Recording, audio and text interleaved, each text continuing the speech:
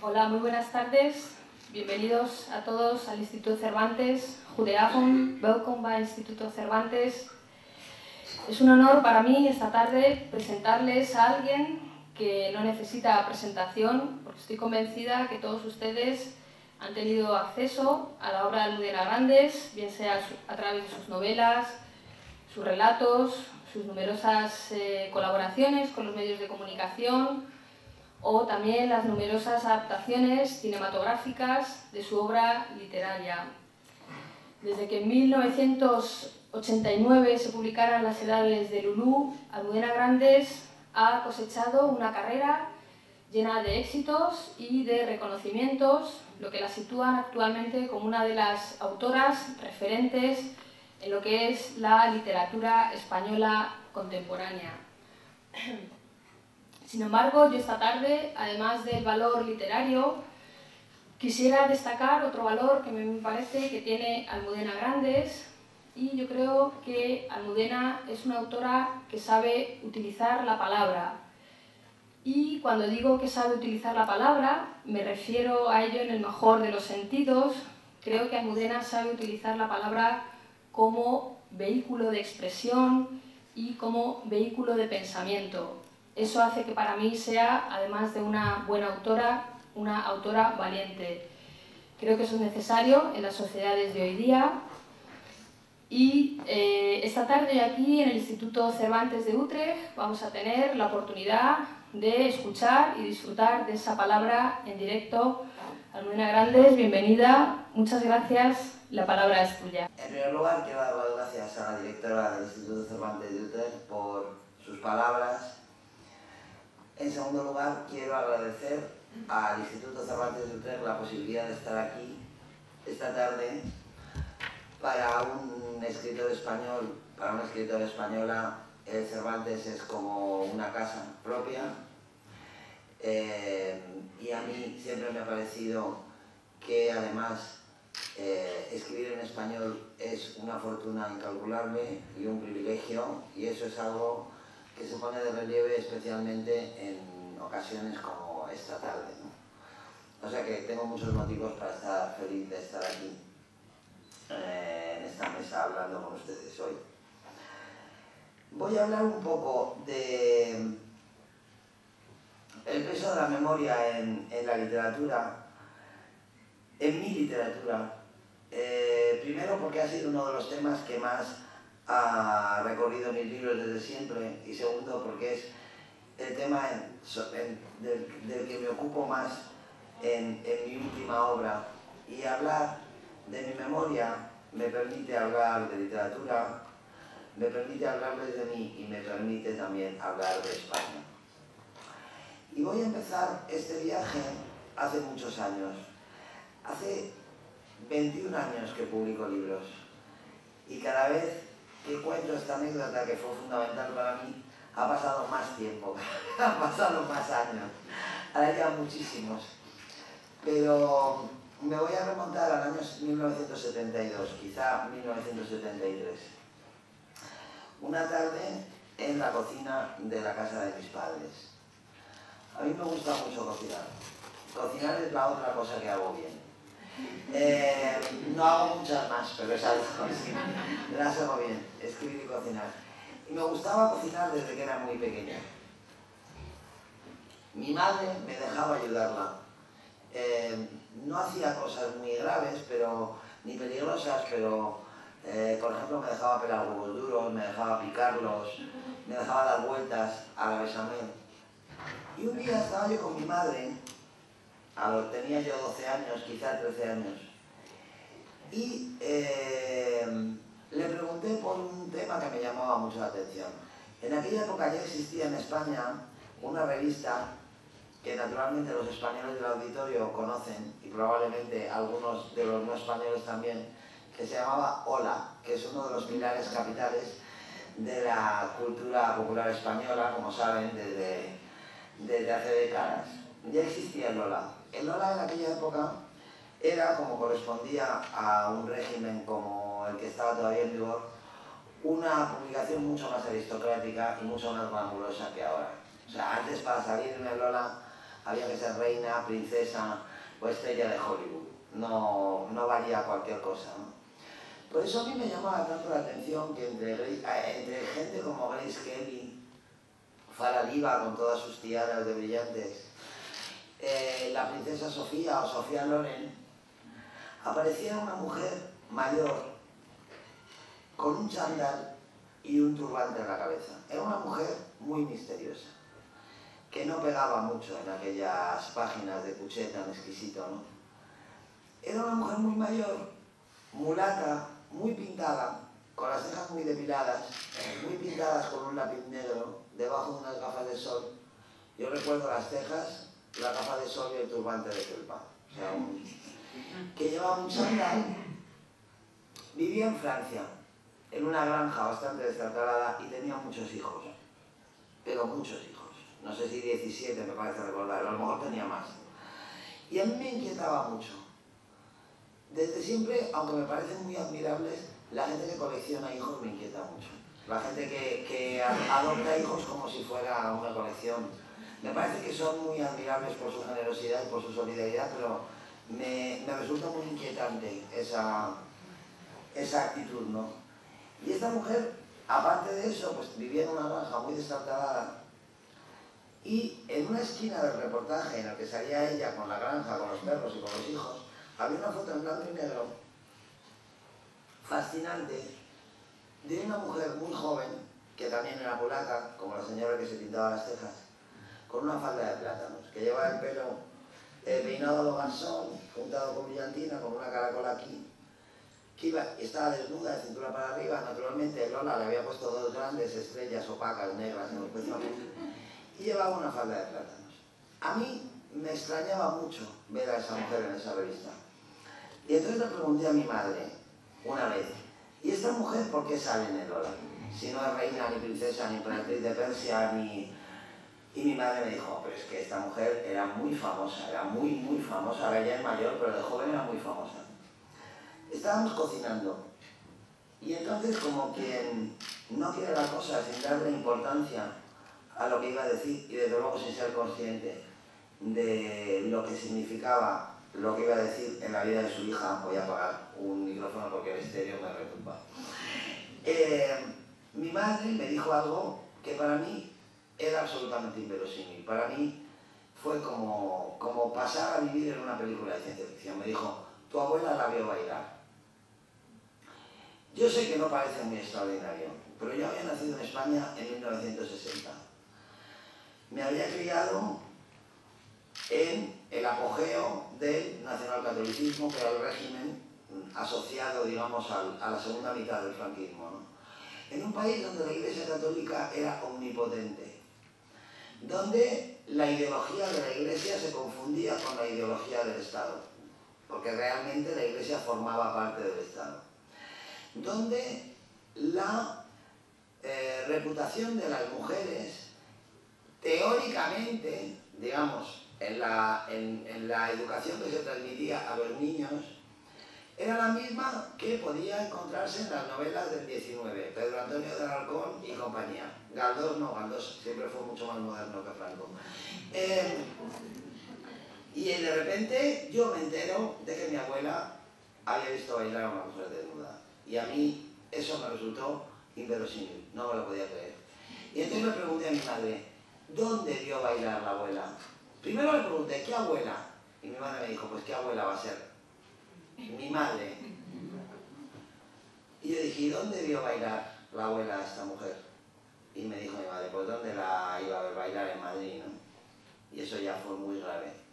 Pero volví a preguntar, porque mi abuela podía haber tenido una vida secreta, de fiestas pecaminosas. Y entonces dije, ¿y dónde? ¿Pero en Madrid dónde? Y mi madre ya un poco nerviosa por tanta pregunta y porque ella no entendía mi insistencia, la insistencia con la que yo le preguntaba. Me dijo, pues ¿dónde la va a ver? En un teatro. Bueno, yo comprendo que parece una frivolidad, pero para mí esa revelación, mi abuela, presumiblemente con mi abuelo, que era militar de carrera, viendo a Josephine Baker bailar desnudo en un teatro en Madrid y aplaudiendo y yéndose a su casa tranquilamente después, Para mí esa imagen fue la punta del iceberg. Y el principio de mi conocimiento del país en el que me había tocado vivir. Yo recuerdo aquel pasmo y recuerdo además el efecto que me produjo.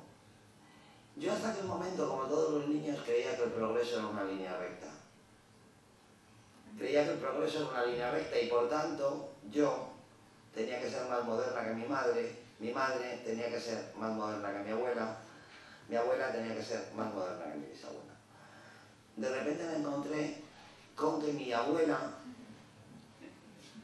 yo podía ver una imagen de mi abuela que tenía que ver no ya con otra época, sino como con otro país. O sea, los niños españoles de los 70 sabíamos que las mujeres desnudas que bailan en teatro eran francesas.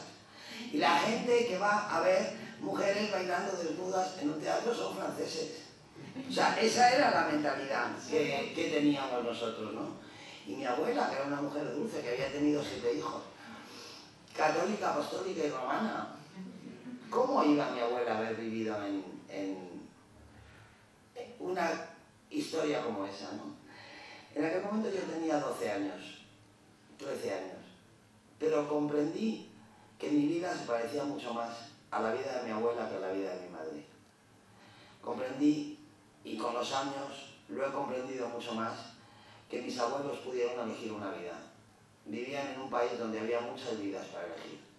Podían elegir una ideología, podían elegir una posición política, podían elegir ser religiosos o no, salir por la noche o no, beber alcohol o no, fumar por la calle o no, podían elegir.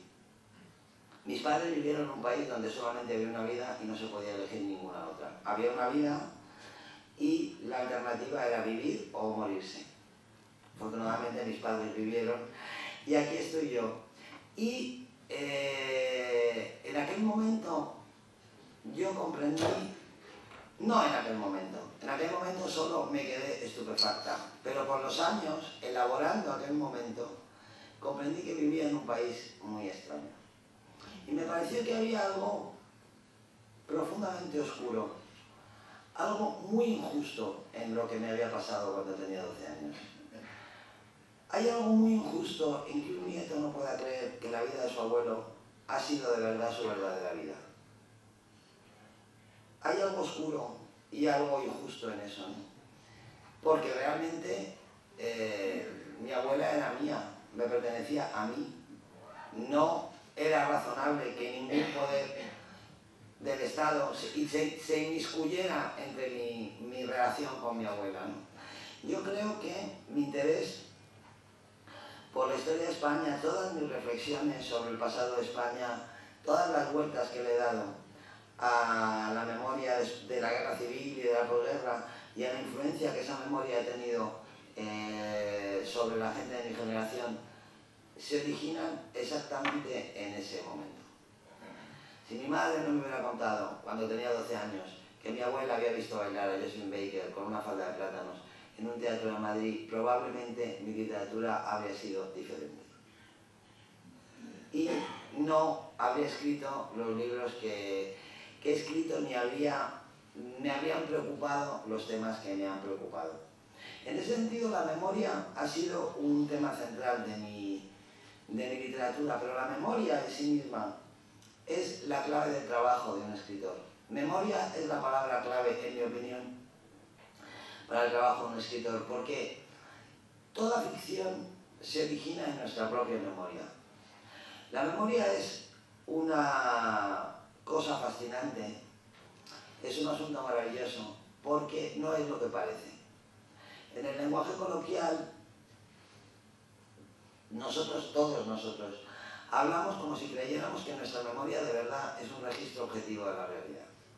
Decimos todos los días, me acuerdo de memoria, lo estoy viendo me acuerdo como si lo estuviera viendo. Lo tengo grabado en la memoria, pero es mentira. La memoria en realidad es una creación. Cada uno de nosotros fabrica su propia memoria. Los seres humanos seleccionamos los recuerdos, los clasificamos inconscientemente y los tratamos de manera distinta en función del efecto que nos produzca. Los recuerdos que nos gustan los agrandamos y lo que duró un día dura de repente una semana. Lo que era bueno es mucho mejor. Los agrandamos porque son el registro de los grandes momentos de nuestra vida, la huella de nuestra felicidad, y naturalmente tendemos a intensificarla. Los recuerdos que no nos gustan los empequeñecemos, y entonces varias horas son 3 minutos. Cuando no nos gustan nada, porque no podemos soportarlos, los destruimos. Los borramos y entonces nunca han pasado. Dejamos de hablar de esos recuerdos, no los evocamos. Llega un momento en el que nos convencemos a nosotros mismos de que nunca han existido. No lo recordamos, luego no han existido. Todo eso ya es fascinante, pero lo más maravilloso de todo es lo que hacemos cuando nos merecemos un recuerdo que no es nuestro. Alguien cuenta una cosa y nosotros decimos, hay que ver, qué pena que no me haya pasado a mí, porque en realidad yo me lo merezco mucho más. Yo me lo habría pasado mucho mejor. Yo habría quedado mucho mejor. Y además es que yo lo contaría mucho mejor. Y entonces las primeras veces contamos ese recuerdo respetando la autoría del recuerdo. Y decimos, yo tengo una amiga a la que un día le pasó. Una vez, 2 veces, 3 veces. A partir de un momento determinado robamos el recuerdo. Y entonces en vez de yo tengo una amiga a la que le pasó, decimos, yo iba un día andando por la calle. Bueno, y hay algo todavía mejor. ¿Qué pasa cuando uno de estos recuerdos maravillosos que deberían haber ocurrido, que nos merecemos más que ninguna cosa, no le han pasado a nadie? Pues entonces nos lo inventamos. Y entonces algo que tendría que haber sucedido, porque es que sería tan bonito que hubiera sucedido, tendría tanta gracia, quedaría uno también en las cenas con los amigos contándolo, pues entonces nos lo inventamos. Bueno, ese es el trabajo de un novelista. Digamos que todos los seres humanos crean su propia memoria. Y al crear su memoria, definen, determinan, crean a su personaje. Naturalmente, porque las personas, nuestra identidad reposa en nuestra propia memoria, está fabricada por nuestros propios recuerdos. Al seleccionar nuestros recuerdos, fabricamos nuestro personaje. La gente que nos conoce tiene una idea de nosotros determinada por lo que nosotros contamos de nosotros mismos. Nos creamos a nosotros mismos cuando recordamos. Nos creamos a nosotros mismos cuando recordamos y cuando comunicamos lo que recordamos. Los escritores, naturalmente, también seleccionamos nuestra propia memoria, como todos los demás. También construimos nuestro propio personaje, como todos los demás. Pero es que además nuestro trabajo consiste en fabricar historias cuya sustancia es semejante a los recuerdos. Entonces, ese proceso instintivo, inconsciente de todos los seres humanos que fabrican su memoria, se convierte en un requisito imprescindible para escribir. En la memoria de un escritor está el origen de toda ficción, porque escribir es mirar al mundo y publicar es trasladar esa mirada a los lectores. Y lo que hace posible que desde que Homero empezó a contar historias, Homero o sus hijos, yo creo que la primera, aunque sea un poema épico, yo también me voy a apropiar, yo tiendo a apropiarme como si fuera un recuerdo ajeno, la Odisea, como la primera novela de la historia, porque creo que aunque sea un poema épico, atendiendo a la dosificación de la intriga, a la creación de los personajes, a la trama y a la resolución, es una novela, aunque esté escrita en verso. Bueno, pues desde que empezó a circular la Odisea, los seres humanos han escrito libros sobre 4 cosas. Bueno, sobre 14. Libros sobre el amor, sobre el odio, sobre la soledad, sobre la venganza, sobre la infancia.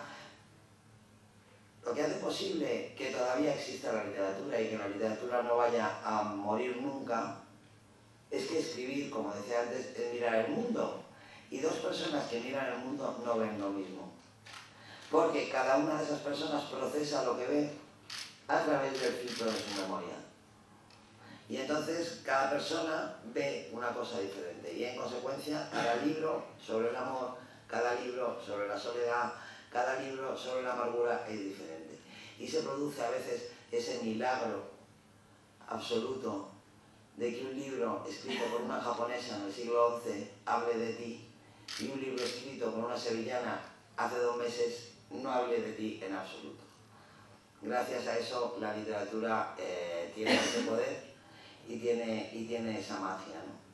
Así que yo creo que la memoria es el punto de partida de toda literatura. Hay un adagio, una de esas frases felices que se repiten sin que nadie sepa quién las dijo por primera vez, que dice que solo se puede escribir lo que se recuerda. Y es verdad. Lo que pasa es que, claro, recordar para un escritor no significa lo mismo que para una persona que no escribe. Un escritor o cualquier otra persona, en lenguaje coloquial, cuando habla de recuerdos, se refiere al tiempo que marcan los relojes y los calendarios, al registro objetivo, digamos, de lo que entendemos por realidad. De lo que entendemos por realidad, porque la realidad es mucho más amplia que ese tiempo, ¿no? En cambio, un escritor, cuando habla de su memoria, como su memoria, digamos, es su oficina, bueno, no sé si a otros escritores les pasa, a mí por lo menos me pasa, pues no sé si debería pasarme a la primera persona. Como la memoria es mi oficina, como la memoria es el lugar donde trabajo en realidad, antes de trabajar en el ordenador, yo solo puedo hablar de mi experiencia de las cosas. Cuando yo necesito que un personaje sufra, sufre como yo, porque no sé cómo sufren ustedes, solo sé cómo sufro yo. Cuando necesito que un personaje se enamora como yo, porque no sé cómo se enamoran los demás, sé cómo me enamoro yo. Cuando se queda solo, cuando se duele, cuando pierde a alguien que ama, de alguna manera yo tengo que recurrir siempre a mi experiencia, porque no conozco la de los demás. Y yo solo puedo escribir, solo puedo contar una historia, solo me puedo deslizar bajo la piel de un personaje si encuentro en mi propia memoria un registro, una fibra, un recuerdo que me permita sentir lo que él siente, digamos. De esa manera, yo siempre escribo desde mi experiencia, aunque nunca cuente mi vida, porque en la memoria caben muchas más cosas que la vida vivida, ¿no? Eso le pasa a todo el mundo realmente. Lo que pasa es que un escritor hace una especie de hace una especie de intensificación consciente, ¿no?, de ese proceso, ¿no? Porque, claro, realmente ¿qué recordamos? Recordamos la vida que hemos vivido y la que no hemos vivido también. Recordamos las vidas que habríamos deseado vivir, las que nos ha dado miedo vivir, las que podríamos haber vivido si hubiéramos tomado una decisión determinada en un momento distinto a la que tomamos. Recordamos lo que soñamos en sentido literal y en sentido metafórico, lo que deseamos, nuestras pesadillas. Todo eso forma parte de la memoria porque también forma parte de la vida. Y en ese sentido yo creo que toda creación, toda ficción arranca necesariamente de la memoria. Por eso creo que memoria es la palabra clave en la creación literaria, es la palabra clave en el oficio de un escritor. Un escritor escribe con un ordenador, con un cuaderno, con una pluma estilográfica, escribe en su cabeza, pero sobre todo donde escribe en primer lugar es en su memoria. Y sin la memoria no se podría construir ninguna ficción. Así que realmente en el momento en que yo, cuando ya tenía más de 40 años y me consideré en condiciones de afrontar la imagen de mi abuela viendo a Josephine Baker en una novela, la memoria ya era un tema sobre el que había pensado mucho y un elemento fundamental de mi vida. A mí me gusta mucho hablar de la memoria, primero porque me gusta, pero segundo porque además es una especie de correlato de mí misma, de mi propia vida, ¿no?, en todos los sentidos del término, ¿no? La memoria personal, la memoria como instrumento de creación, la memoria como ficción y la memoria histórica, esto que en España llamamos ahora memoria histórica, ¿no?, que tiene que ver está intrínsecamente ligada a mi posición frente a ese tema, frente al tema de España, en realidad mi imagen, mi visión de España. Yo soy una escritora muy española, irritantemente española por algunos de mis colegas, que son más partidarios del exotismo. Pero es verdad que a mí siempre me ha gustado desde que empecé fijarme en las cosas que tengo cercano. Porque a veces me parece que hay más misterio en las cosas que se ven todos los días que en las cosas lejanas y ajenas. Pero yo creo que esto se debe fundamentalmente a que yo formo parte de una generación especial de españoles, ¿no? Bien, yo creo que desde que empezó la historia, todas las generaciones en todos los países se han sentido especiales.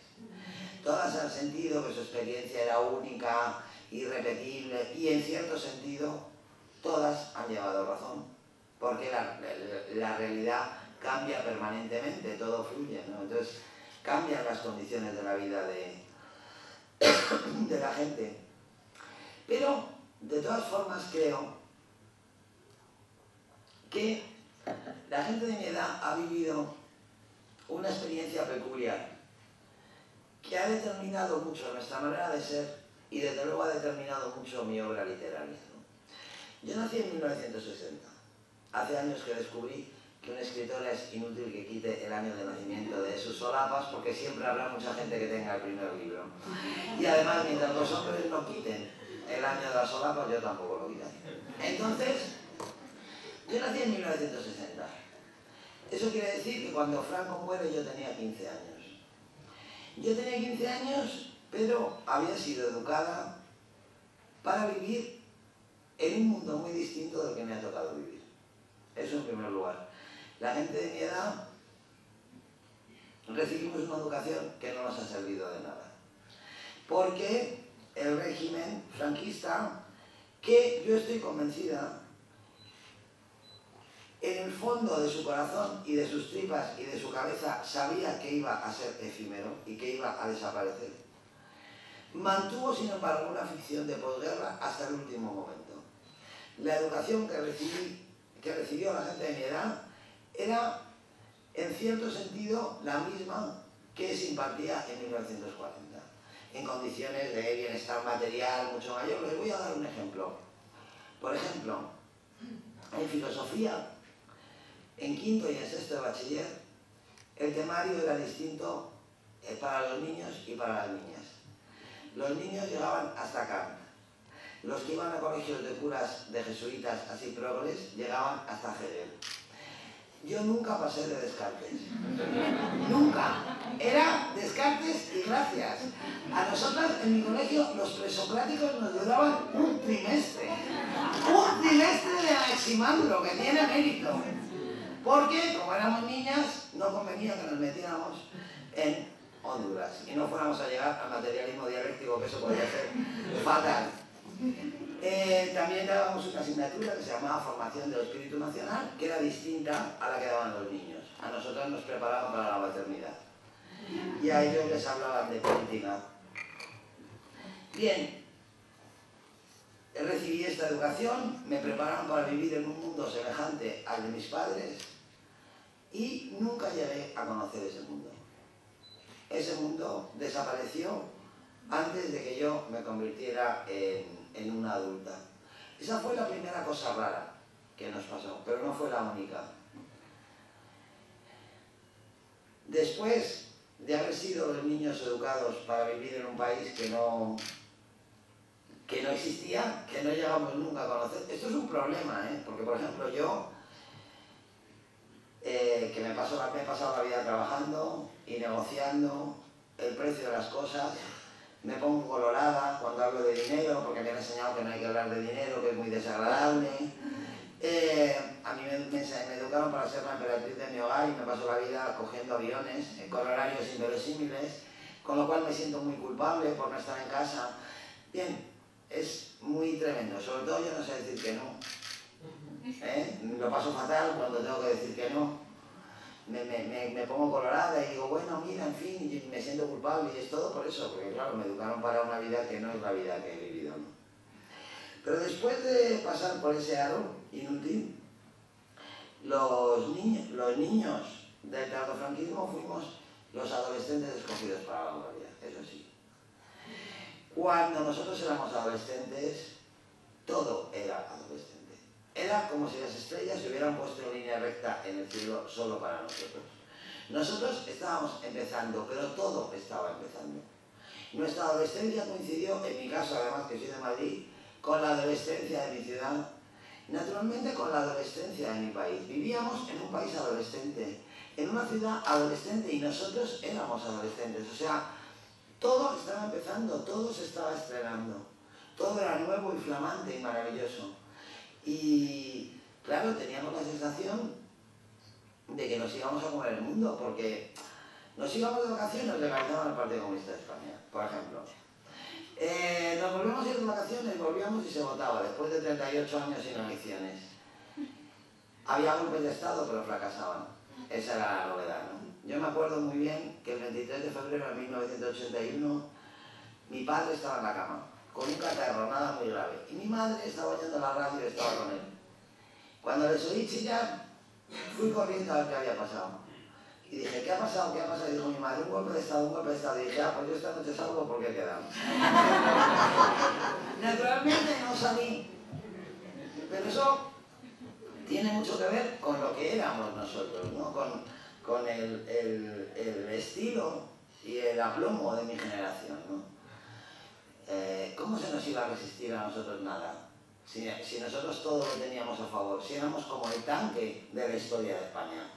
Si que un golpe de Estado, pues pasábamos por encima del golpe de Estado y efectivamente tuvimos la suerte de pasar por encima del golpe de Estado, de aquel golpe de Estado.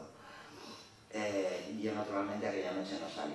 Después de decir aquella tontería me di cuenta de lo que había dicho y mi madre además le dio una ataque de histeria, así que no me moví de mi casa, pero vamos.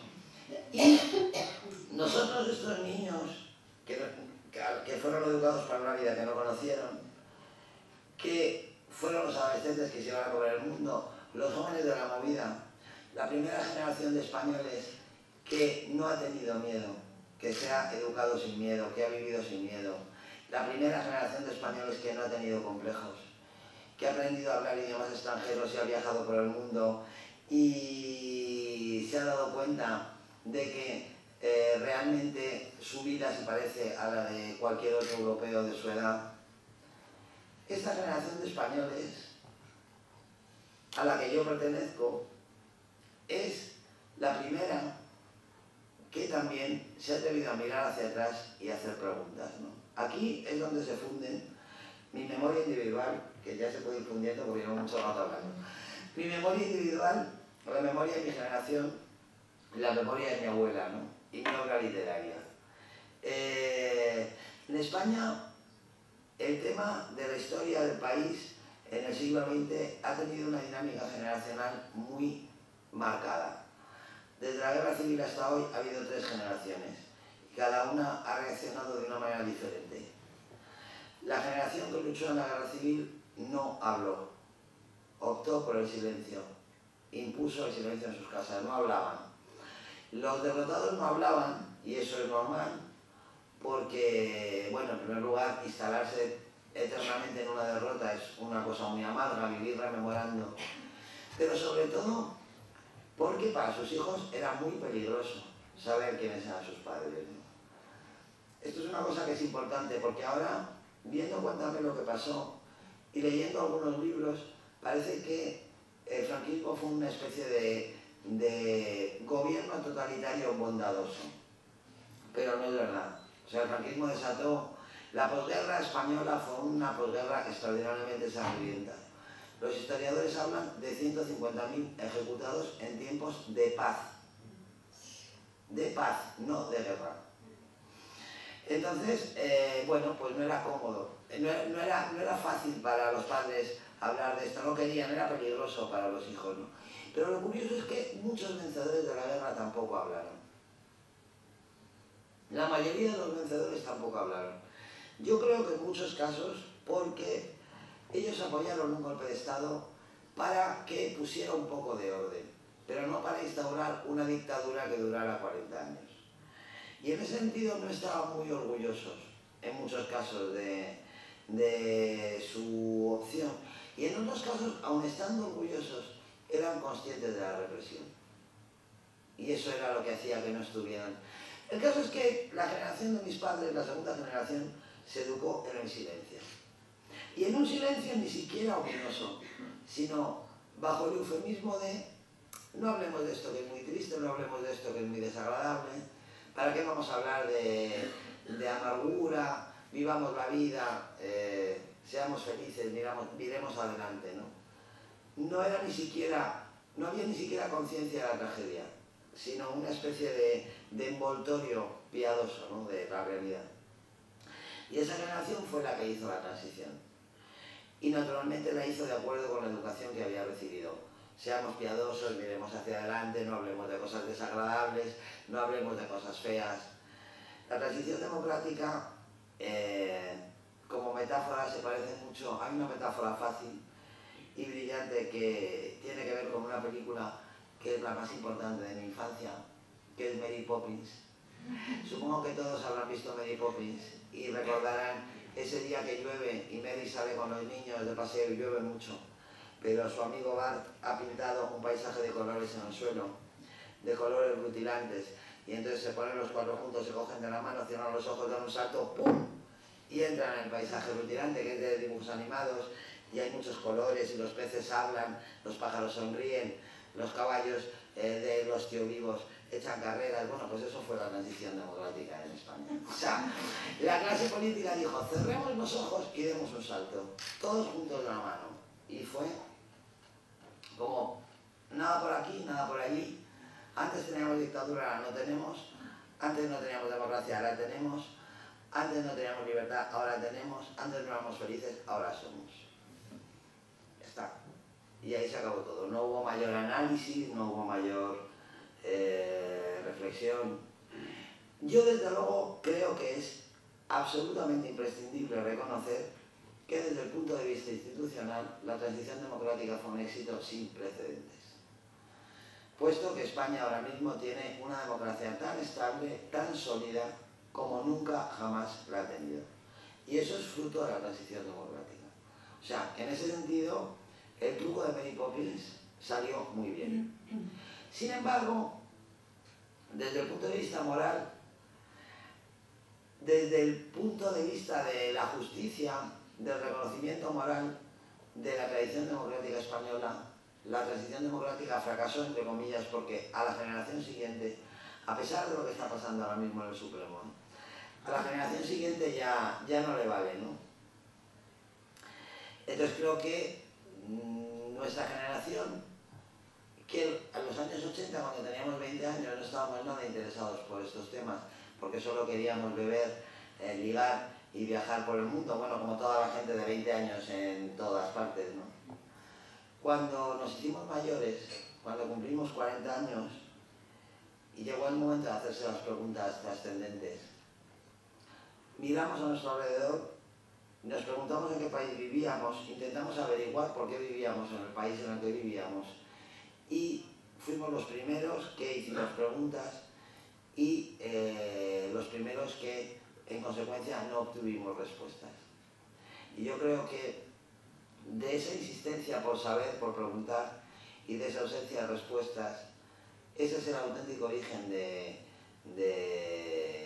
lo que la memoria histórica, lo que en España llamamos memoria histórica, representa para la gente de mi generación. Ha sido como el gran impulso que ha vinculado a la sociedad civil española en una empresa que yo creo que no tiene precedentes desde los años 70 y que ha torcido la voluntad de las instituciones, porque en origen las instituciones eran más bien partidarias de la pasividad.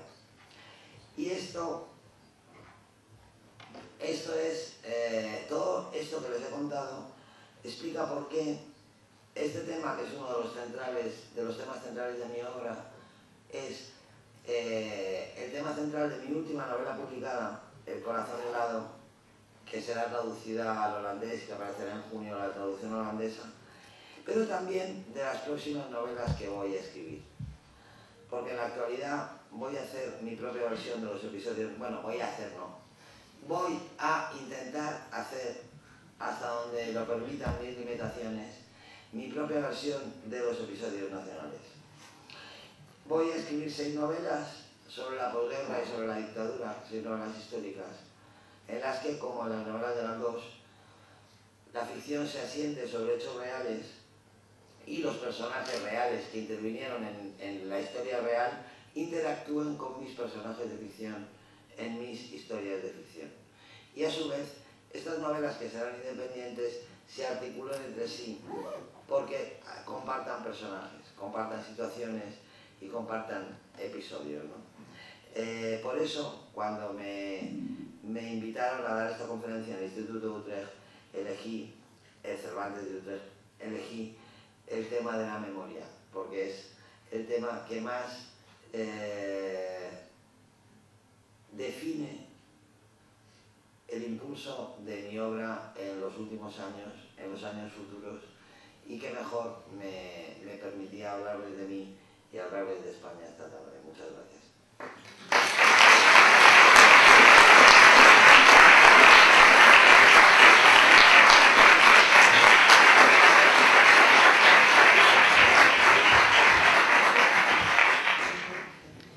Muchísimas gracias, Almudena, por esta bonita y profunda conferencia que nos has dado.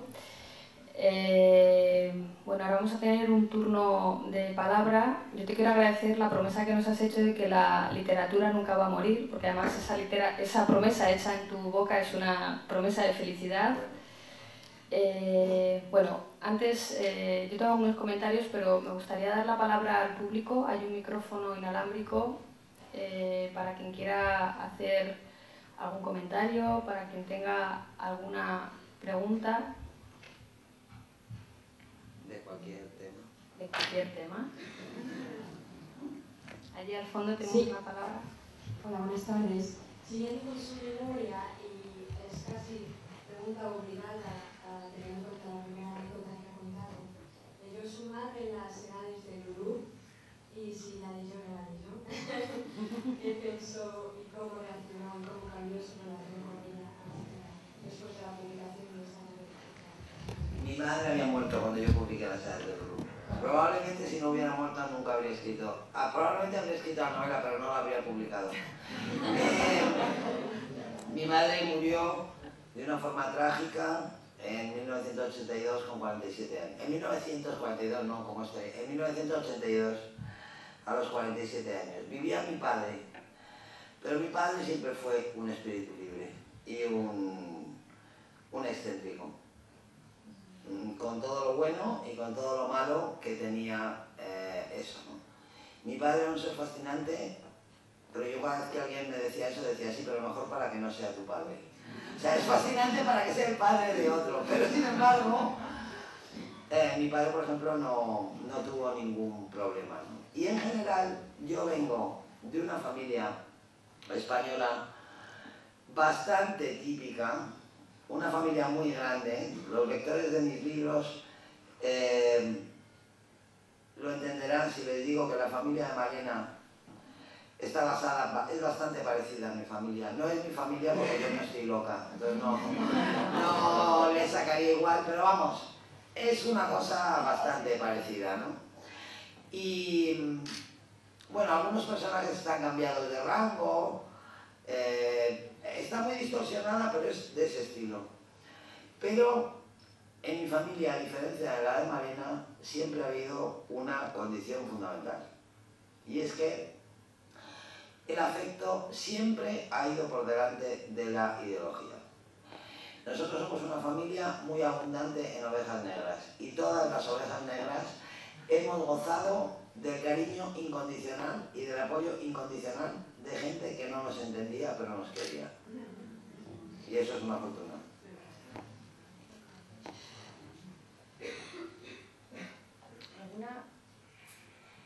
¿Alguna pregunta más por parte del público? ¿Algún comentario?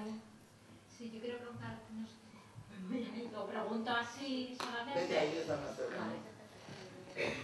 Hola, te he leído el lunes, como casi todos los lunes, y por primera vez no te he entendido mucho. No sé si ha sido un artículo difícil de escribir para ti, y entonces ahora, escuchando la conferencia, he pensado que quizás quizás tú estás pensando en que alguien está en Cuba viendo una revista y pensando tu abuela vio a Frank Sinatra y sintiendo una cosa parecida o no lo sé. No estoy pensando en eso. ¿Pero ha sido un artículo difícil para ti de escribir o...? No, porque yo creía que tenía que escribirlo. Y yo he estado en Cuba y no necesito imaginarme a la gente viendo a Frank Sinatra en una revista. No. Hombre, es complicado. Ese artículo fue complicado. Pero yo creo que era necesario. O sea, yo creo que en nombre de la ideología se puede transigir con algunas cosas, pero no con todas. Y sobre todo, no se pueden tolerar ciertas cosas. Entonces para mí era importante dejar claro que no iba a tolerar ciertas cosas y que de la misma manera que no le perdono, que es imperdonable la actitud de los ingleses frente a la democracia española en la guerra civil, porque lo que para ellos era irrenunciable no le parecía que nosotros fuéramos dignos de eso. Yo lo que no toleraría en mi propio país no puedo admitirlo en otro país.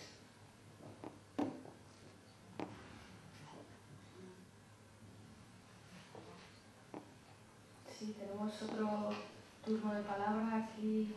¿Qué tal? Buenas noches. ¿Tienes buena voz? ¿Te atreves sin micrófono? Me atrevo sin micrófono. Muy bien. Está lejos, pero... Ah, bueno, sí, ya te lo traen. Vale. Gracias. ¿Cómo funciona esto? Habla. Muy bien. Dice usted que en el caso de la democracia española es una democracia felizmente consolidada. Pero la pregunta que me hago en voz alta es cómo una democracia de esa naturaleza consolidada no es capaz de ver su pasado. Atendiendo ahora, como usted lo mencionó brevemente, lo que está pasando en el Supremo y concretamente con el caso de... Perdón. ¿Y cuál es el caso del juez Baltasar? Sí. Bueno, vamos a ver. Es difícil de explicar. Yo ya he dicho que España es un país anormal, lo he dicho, ¿no? Entonces España circula en dirección contraria al resto de los países europeos desde siempre. Como pasan cosas raras y como vamos al revés, pues todo sigue yendo al revés. En España, lo que he contado de Mary Poppins, ya he advertido que la transición fue un éxito desde el punto de vista institucional. Lo he advertido, ¿no? Que no fue un éxito desde otros puntos de vista, desde el institucional lo fue, porque consolidó esa democracia, que yo no digo que sea perfecta ni perfectamente consolidada, digo que es más sólida y más estable que la que hemos tenido nunca. En España solamente ha habido una experiencia democrática previa a esta, fue la Segunda República Española y duró 5 años, sin guerra y 8 con guerra. O sea, y eso es todo lo que ha habido, no hemos conocido más. Pero la transición fue posible que fuera un éxito institucional porque se asentó sobre el miedo. En España la gente tenía mucho miedo y además desde el poder se alentaba el miedo. No toquéis nada que va a ser peor. No habléis de nada que es muy peligroso. Que no se hable de la República, que el ejército es peligroso, seguimos teniendo... Bueno, efectivamente el 23F demostró que había motivos para tener miedo, a pesar de que fracasara. Pero la sociedad española era una sociedad aterrorizada en los primeros años de la transición, que fueron muy difíciles porque la extrema derecha y la policía desataron se dedicaron a desestabilizar, provocando un estado de terror en algunas ocasiones bastante grave. O sea, en Madrid, en la primera semana de 1977, hubo 7 muertos. En 2 manifestaciones y 5 abogados laboralistas, a manos de la extrema derecha. Había mucho miedo. Y había un miedo que además, de alguna manera, servía desde el poder para mantener la situación bajo control, ¿no? Eso ha producido muchas distorsiones. La primera, que el Partido Popular es el único partido de derechas de Europa que no ha roto con el fascismo. Ningún partido de derechas en Alemania, en Italia, en Inglaterra, en Francia, en Dinamarca ha mantenido lazos con los nazis o los fascistas. Han considerado que el hecho de ser conservadores, como es normal, no tenía nada que ver con asumir esa tradición. Eso es lo normal, pero es que España no es un país normal. A ver, es un país normal, pero en este aspecto ha tenido una evolución muy tortuosa, ¿no? Entonces, digamos que el precio de la estabilidad social, de la paz social, de la prosperidad social que ha habido en España en estos 30 años, bueno, pues ha sido en parte que la izquierda mantiene su complejo de inferioridad, de partidos derrotados que vienen del exilio, y la derecha mantiene una cierta relación con los vencedores de la guerra. El Partido Popular nunca ha renegado del franquismo, nunca se ha separado. ¿Qué ocurre? ¿Qué ha pasado? Bueno, es que no sé si me voy a meter en camisas de 11 varas, pero para contestarte del todo, desde mi punto de vista. ¿Qué ha pasado hoy? Bueno, Garzón es el instructor del Gürtel. Casualmente, Luciano Varela ha publicado el auto contra Garzón al día siguiente de que se haga público el sumario del Gürtel. A partir de ahí se puede pensar que es todo casual o no.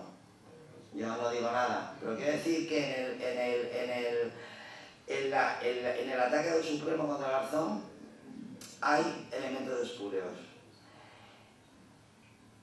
Yo soy republicana. A mí me parece que para el republicanismo español es una gran cosa. O sea, es una gran cosa lo que está pasando. Es decir, que Garzón va a pasar a la historia como el primer mártir de la Tercera República.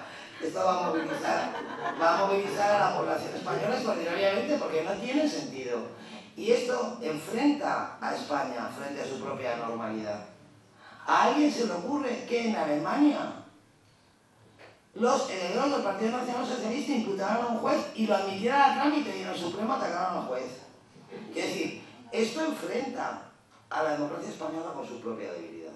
En ese sentido, a ver, hablando políticamente, no es que quiera decir que me alegre, ¿no? Pobre Baltasar, no me alegro, pero quiero decir, es una prueba muy clara de lo que he estado diciendo yo. Es una, vamos, creo que es un ejemplo claro de lo que he dicho.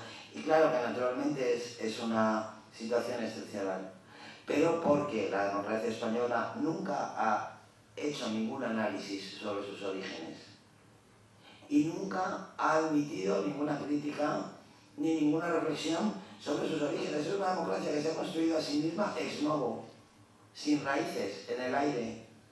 Y esto que está pasando es una consecuencia de esa falta de raíces. Y no es la menos grave, ¿eh? Hay otras más graves, pero vamos, como no me voy a presentar a las elecciones ni nada, me voy a quedar. Pues alguna otra cuestión para Almudena Grandes. Que sea más facilita, por favor. Tenemos aquí... Yo hablo así. Sí, te voy a pedir por favor que lo hagas el micrófono para la traductora, que si no, no le llega la señal, claro. porque no hay nadie en la sala con cascos, solo 2 personas, pero... Hola. Que eres uno de mis grandes amores Ay, bueno. literarios, lo demuestran los kilómetros que he hecho para venir a verte y están todos fenomenalmente hechos y estoy encantada de haberlo hecho. Yo sé lo que tú significas para mí en la literatura, sé lo que he sentido con todas tus novelas, lo que me han producido y lo que me han enseñado. Yo tengo curiosidad por saber qué autores te ponen a ti de esa manera, si hay alguno. ¿Qué aviones habrías cogido tú para ir a ver a quién? ¿Muerto o vivo? Me da igual. ¿Hasta dónde ha podido llegar tu fetichismo? Y aprovechando que tengo el micrófono, decirte que gracias por cada letra que has escrito y por estar aquí.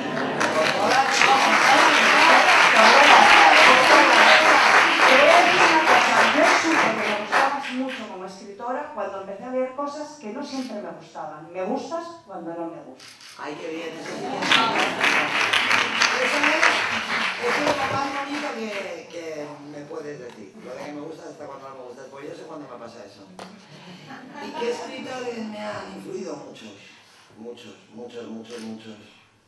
Yo soy escritora porque cuando hice la primera comunión, mi abuelo Manuel me regaló Una Odisea para niños, que fue el primer libro que leí en primera persona al plural en mi vida.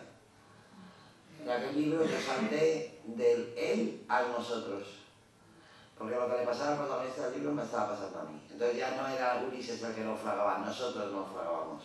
Nosotros zarpábamos otra vez, nosotros luchábamos. Si no hubiera leído ese libro, mi vida habría sido distinta. El segundo libro que recuerdo que me afectó muchísimo, y esto está muy bien porque parece que digo lo de la Odisea y todo el mundo dice, oh, qué horror, qué repelente. Pues fue Mujercitas, fíjate, nada que ver, porque me dio un modelo. Yo, después de leer la Odisea, empecé a leer mucho y en consecuencia empecé a pensar vagamente, no a pensar probablemente. Yo leía mucho y de repente me encontré con Josephine March y dije, bueno, ya sé lo que quiero ser. Yo quiero ser escritora, como esta que se corta la coleta, ¿no? Mujercitas también es un ejemplo de una cosa que dice el Quijote que es fundamental. Cuando el canónigo y el barbero se juntan para quemar los libros de Don Quijote, dice el cura, el canónigo, dice, no hay ningún libro tan malo que no contenga algo bueno, ¿no? Y yo, por ejemplo, de Mujercitas aprendí una de las enseñanzas básicas de mi vida de escritora. Porque cuando Joe March por fin logra ir a Viena y encontrar a un novio que la conviene y no el tonto ese que se casa con su hermana, que nos hizo sufrir tanto, cuando por fin encuentra ese novio estupendo, austriaco, que la conviene, que es profesor, el novio le dice, escribe sobre lo que conoces. Y eso es una recomendación importantísima para cualquier escritor.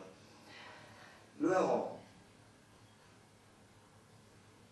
a los 15 años, a mí me gustaba mucho leer, pero yo tenía muy poco dinero, como todos los niños, y pasaba las vacaciones en una casa que tenía mi abuelo en la Sierra de Madrid. Y yo me compraba libros en la feria, pero a mitad de julio ya me los había leído todos. Entonces tenía que leer los libros que había por la casa. Mi abuelo tenía las obras completas de Galdós en Madrid y en la Sierra. Y yo las miraba, pero es que me daban como mucho miedo, porque eran tan gordas y eran tan... Entonces me leí los libros de Agatha Christie, los de Simenon que tenía mi tía Charo, los bestsellers que compraba mi madre, de Harold Robbins, así que eran horribles. Me leí los Story, lo que había por ahí, hasta que llegó un verano que ya no había nada que leer. Y entonces cogí un tomo de las dos. Había episodios nacionales y novelas. Yo dije, episodios nacionales. Mejor novelas. Y cogí un tomo. Y dije... Abrí por una página y dije, la próxima novela que me empiece me la leo. Y la próxima novela que empezó fue Tormento. La primera novela de Galdós que yo leí fue Tormento. Y aquella lectura me cambió muchísimo la vida. Eso fue algo que me enseñó mucho de España también. Porque yo no me podía creer esa novela, ¿no? Con ese cura enamorado de una niña, ¿no? Y entonces empecé a leer a Galdós y ya no paré. Entonces, por ejemplo, ¿por quién me recorrería yo miles de kilómetros? Por Don Benito. Bueno, además es que yo, bueno, no duraría ni 5 minutos, con lo guapo que era de joven. No, Don Benito es un ejemplo, ¿no? De escritor que a mí me ha influido y que leo y que releo constantemente hasta el punto de que me influye en lo que voy a escribir, o sea que es como un referente constante, ¿no? Y a todos los niveles, ¿no? Pero luego, bueno, yo admiro a muchísimos escritores. He tenido la suerte de conocer a algunos escritores a los que admiro mucho, como Mario Vargas Llosa. He tenido la suerte de conocerle. He tenido la suerte de ser amiga de algunos escritores a los que admiro mucho, como Juan Marsé o Juan Gelman. Me habría encantado vivir en Madrid en la época dorada de la residencia de estudiantes. Para eso también me habría hecho muchos kilómetros, para ver a Alberti besar a María Teresa León en la boca. A eso me habría hecho todos los kilómetros que hubieran hecho falta. Tampoco puedo. Se me ha pasado el arroz. Y bueno, y tantos. Quiero decir, y podría citar, por citar escritores extranjeros, pues yo qué sé, me acuerdo de cuando yo leí Luz de Agosto de Faulkner, por ejemplo, aquel deslumbramiento y aquel enamoramiento brutal, o Proust. ¿Qué haría yo por poder tomar café con Proust, no? No sé, yo no estudié filología española ni de ninguna lengua, entonces he sido una lectora muy francotiradora, más que autodidacta. Nunca he leído de acuerdo con un plan establecido y tengo lagunas muy grandes, pero también he tenido hallazgos muy grandes porque que me los he podido permitir porque no tenía que leer de acuerdo con un plan, ¿no? Pero a mí me gusta mucho leer y soy muy feliz leyendo, entonces podría decirte mucha gente. Poetas también, ¿no? Unos más que otros. Sí, bueno, pero tienes que ir porque si no la intérprete no te oye. Quizá te acercan el micrófono.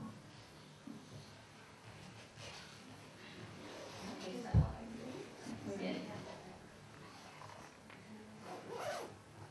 Es más bien...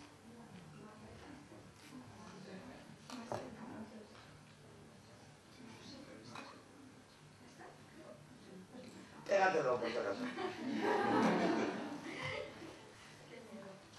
Es que si no, no te van a oír, ¿eh? No, es que no funciona. No, pero no es culpa de ella que no funciona el micrófono. Pues está muy bajo, porque ella lo intenta, pero no se oye. Habla ahora ya. Ahora sí. ¿Habla poco?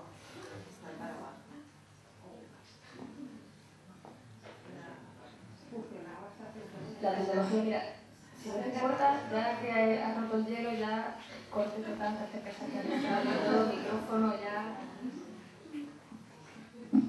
Solo quería preguntarle a usted, he traído el libro favorito mía, escrita por usted, que si me podría dedicarlo. Hombre, claro. Y permitirme hacer una foto con usted. Ah, sí. Todo eso. Pobrecita, y tanto bueno para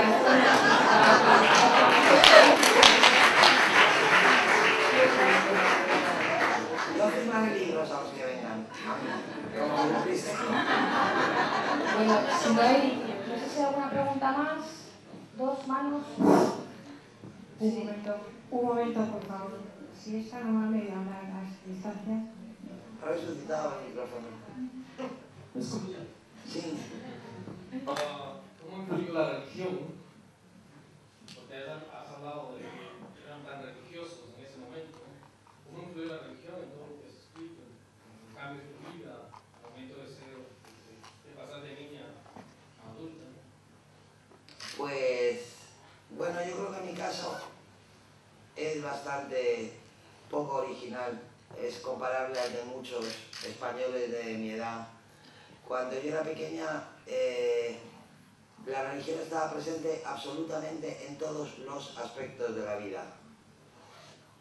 Prácticamente en todos. Era una presión universal, ¿no?, sobre la vida de la gente. Eso provocó que cuando acabó esa situación, cuando empezó la democracia, yo creo que los españoles reaccionaron con mucha agresividad, con mucha violencia contra la religión. España, contra la religión católica, porque es que en España no había religión, había catolicismo, porque no había libertad religiosa. O sea, la única religión que había era la católica. No se podía elegir tampoco religión, ¿no? Entonces creo que en el momento en que cesó esa influencia tan grande de la religión en la vida cotidiana, hubo un movimiento como de desafección profunda, ¿no?, de los españoles respecto a la religión. Porque España nunca había sido un país tan religioso como le habían obligado a ser y por lo tanto, de alguna manera, las cosas volvieron a donde estaban. España es un país raro también en eso, es muy raro, porque somos un país donde hay mucha gente muy religiosa y mucha gente muy anticlerical. O sea, no, digamos, ser no religioso en España no es ser neutral. O sea, si eres religioso, eres muy religioso, y si no eres religioso, eres anticlerical. No hay, hombre, hay términos medios, pero digamos que son dos tendencias muy consolidadas, ¿no? Entonces, digamos que la religión salió de mi vida, ¿no? Inevitablemente, la religión católica forma parte de la cultura de mi país e impregna la cultura que yo he recibido y tiene que ver con muchas, pues desde cuando legalizaron el Partido Comunista de España y los comunistas españoles volvieron del exilio, La gente se reía mucho porque Carrillo y Azcárate y Ignacio Gallego decían todo el rato, por Dios, ¿quién ha dicho eso? ¡Ay, Dios mío! Claro, ellos decían, ¿y qué quieren que diga? Si yo soy español. Yo soy comunista, pero soy español. Entonces digo, ¡ay, Dios mío! Porque sí, porque es una expresión coloquial que no tiene que ver con mi fe, ¿no? Pero a los periodistas les llamaba mucho la atención que dijeran, Dios mío. Pero más allá de esa situación, la religión ahora mismo no forma parte de mi vida. Y procuro controlar mis impulsos anticlericales porque no me gustan. O sea, me gustaría más poder conquistar una neutralidad. O sea, me parece muy respetable que la gente sea religiosa. Lo que pasa es que la Iglesia en España también es muy radical. La propia jerarquía eclesiástica es muy radical. En fin, es que ya, no sé si he dicho que España es un país rarito. Había otra pregunta solicitada, va a ser ya la última porque luego quizá será interesante compartir un vino, que están todos invitados abajo en la sala de exposiciones, y ahí ya quien quiera acercarse a Almudena para que le firme algún ejemplar, así tenemos un tiempo todos distendido abajo. Entonces, la última palabra, por favor. Sí, sobre la cultura del miedo. Yo oigo también de una cultura del miedo, he vivido la dictadura de Somoza, soy temporario como usted, y realmente he estado embarrado de ese sentimiento de, como lo dijera, creo que uno de sus personajes de su novela es la maldición. ¿Tiene algo en particular en su entorno? Sí. ¿Es un pesimismo generalizado o cómo lo elaboró? Bueno, en primer lugar yo amo Nicaragua, es uno de mis sitios favoritos del mundo y me encanta encontrarme con Nicas, o sea que eso está bien. Y luego, hombre, por supuesto que en mi familia ha habido, bueno, mi familia además, yo creo que es imposible encontrar una familia española que no tenga historias que contar a partir de aquello, porque la guerra civil dividió a un país por la mitad durante 3 años. Es decir, es imposible que haya una sola familia que vive aislada. A lo mejor alguna familia de la zona donde triunfó el golpe de Estado en primer lugar, en Galicia o por ahí, que vivieron en un pueblo, los enteró mi familia, las dos, la de mi padre y la de mi madre, vivieron la guerra en Madrid. En Madrid la guerra duró más que en ningún otro sitio. Y naturalmente, digamos que tengo ejemplos muy cercanos. Respecto a lo del miedo, antes pensaba contar una cosa, pero no la he contado y la voy a contar ahora, porque aparte de divertida es característica. Cuando pasó el golpe de Estado en 1981, a veces las pequeñas anécdotas son más elocuentes de la realidad que las grandes palabras, ¿no? Cuando fracasó el golpe de Estado en 1981, yo llegué un día a casa y mi madre había encargado un armario. Un armario como ese cartel de grande de 2 puertas para ponerlo en una terraza cubierta que teníamos con mucho fondo. Y yo le dije, mamá, ¿qué vas a hacer? Y me dijo, ya verás. Llenó el armario de comida. Entero, de arriba abajo, de comida. De latas, de garbanzos, de lentejas, de sopa de sobre, lleno de comida. De flanes, lleno de chocolate. ¿Por qué? Porque había habido un golpe de Estado y podía haber más. Y lo fundamental que era tener comida. En aquel momento nos reíamos de mi madre. Mis hermanos y yo nos reíamos porque decíamos, joder, mamá, de verdad, parece mentira, ¿no? Pero claro, eso es un indicio del terror que sentía mi madre, ¿no? Y del terror que se sentía en muchas familias de, oh Dios mío, va a volver otra vez. Y mi madre no había vivido la guerra, nació en el año 36, era muy pequeña, pero conservaba todo el recuerdo de el miedo, del miedo heredado, y entonces lo único que se le ocurrió fue llenar el armario de comida. Estuvimos comiéndonos aquella comida. Durante muchos meses había sardinas en aceite un día y otro no para cenar. Y decía, mamá, por favor, mira, es que se van a caducar y hay que comerse. Cuando ya comprendió que no iba a haber más golpe de Estado, ¿no? Pero Pero bueno, esa anécdota que parece cómica en realidad tiene un lado trágico, ¿no? Y lo que pasa es que yo ahora creo que no hay ningún motivo para el miedo, y el miedo se sigue utilizando. El miedo se sigue utilizando para que no se muevan las cosas. Ahora todo ha cambiado mucho, pero todavía cuando yo empecé a escribir El corazón helado, que se publicó en 2007, pero yo empecé a escribir en 2004, y cuando yo hablaba de ese libro, había gente de todas las ideologías, gente que me lo decía con preocupación, gente que me lo decía de otra manera, que decía, pero ¿para qué no veis nada? Pero ten cuidado, ¿para qué te metes, no? ¿Para qué? A ver qué te va a pasar, por un lado, los que se preocupaban por mí. Y gente que decía, si está todo muy bien, ¿qué necesidad hay de remover las cosas? Bueno, yo creo que ahora mismo no hay motivos para el miedo. Y además creo que no podremos construir el futuro, ni podremos atravesar el presente sin conocer el pasado, ¿no?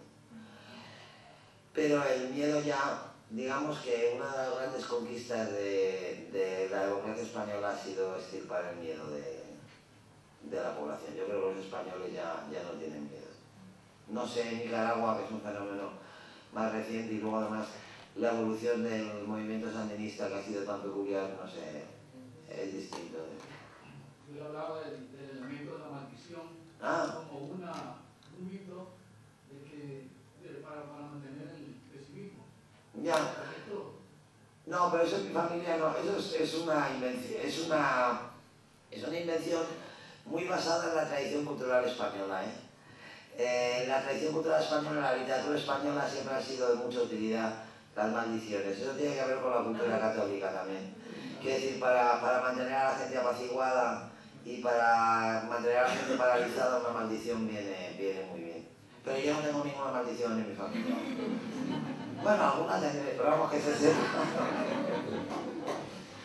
Bueno, muchísimas gracias, Almudena. Confesarte que mi abuela sigue guardando latas en el armario. Ah, sí, todavía, ¿ves?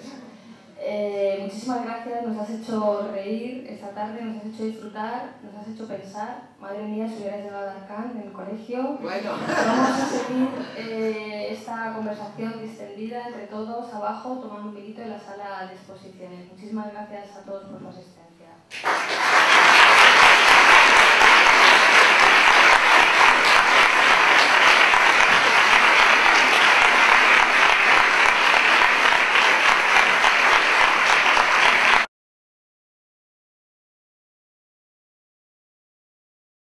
Yo recuerdo las cejas, la capa de sol y el turbante de felpa. O sea, que llevaba un chándal.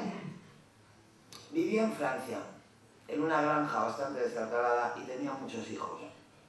Pero muchos hijos. No sé si 17, me parece recordar, a lo mejor tenía más. Y a mí me inquietaba mucho. Desde siempre, aunque me parecen muy admirables, la gente que colecciona hijos me inquieta mucho. La gente que adopta hijos como si fuera una colección. Me parece que son muy admirables por su generosidad y por su solidaridad, pero me resulta muy inquietante esa actitud, ¿no?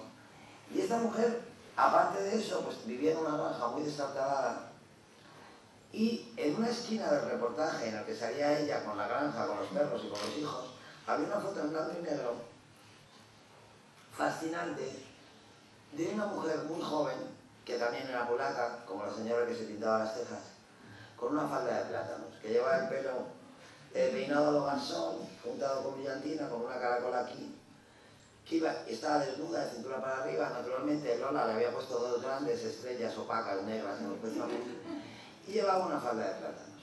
A mí me extrañaba mucho ver a esa mujer en esa revista. Y entonces le pregunté a mi madre una vez, ¿y esta mujer por qué sale en el Lola? Si no es reina ni princesa.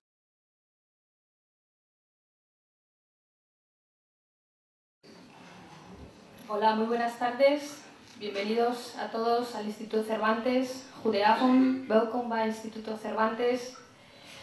Es un honor para mí esta tarde presentarles a alguien que no necesita presentación, porque estoy convencida que todos ustedes han tenido acceso a la obra de Almudena Grandes, bien sea a través de sus novelas, sus relatos, sus numerosas colaboraciones con los medios de comunicación, o también las numerosas adaptaciones cinematográficas de su obra literaria.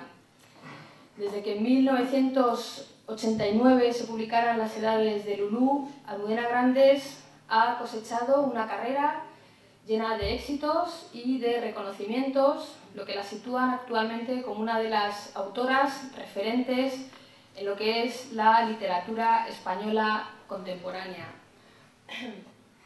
Sin embargo, yo esta tarde, además del valor literario, quisiera destacar otro valor que me parece que tiene Almudena Grandes, y yo creo que Almudena es una autora que sabe utilizar la palabra. Y cuando digo que sabe utilizar la palabra, me refiero a ello en el mejor de los sentidos.